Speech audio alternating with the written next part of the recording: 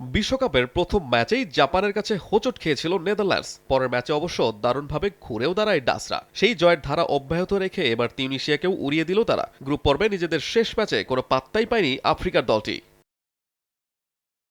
ম্যাচের শুরু থেকেই আক্রমণাত্মক ফুটবল খেলতে থাকে নেদারল্যান্ডস। এর ফলও আসে দ্রুত। যদিও ম্যাচের ৩ মিনিটে আত্মঘাতী গোলে এগিয়ে যায় ডাচরা। ডান দিক থেকে ডামফ্রিজের গোলমুখে বাড়ানো বল নিজেদের জালেই জড়িয়ে দেন তিউনিসিয়ার অধিনায়ক ইলিয়াস স্কিহিরি।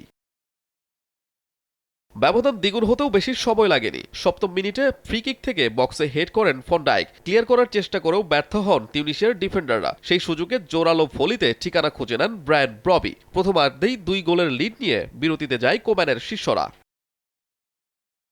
বিরতির পর ঘুরে দাঁড়াতে মরিয়া হয়ে ওঠে তিউনিসিয়া। তাদের সেই চেষ্টা সফল হয় ম্যাচের ৫৪ মিনিটে। হাজেম মাস্তুরির গোলে ব্যবধান ২-১ করে তিউনিসিয়া। ম্যাচের ৬২ মিনিটে ব্যবধান ৩-১ করেন ইয়ান পল হেকে। এরপর ম্যাচে ফেরার আর সুযোগ পায়নি তিউনিসিয়া। শেষ পর্যন্ত ৩-১ গোলের জয় নিয়ে মাঠ ছাড়ে নেদারল্যান্ডস।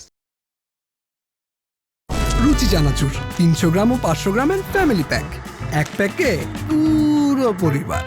অন্যদিকে এফ গ্রুপের আরেক ম্যাচে সুইডেনের বিপক্ষে ১-১ গোলের ড্র করে গ্রুপ রানার্স আপ হয়ে নকআউট পর্বে পা রেখেছে জাপান। তবে শেষ ম্যাচ জিততে না পারলেও ৪ পয়েন্ট নিয়ে তৃতীয় স্থানে থেকে নকআউট পর্বে জায়গা করে নিয়েছে সুইডেন। রাউন্ড অফ 32-তে সুইডিশদের প্রতিপক্ষ হতে পারে ফ্রান্স। আর কোনো পয়েন্ট না পাওয়ায় গ্রুপ পর্ব থেকেই বিদায় নিয়েছে তিউনিসিয়া। আহমেদ হৃদয়, সময় সংবাদ।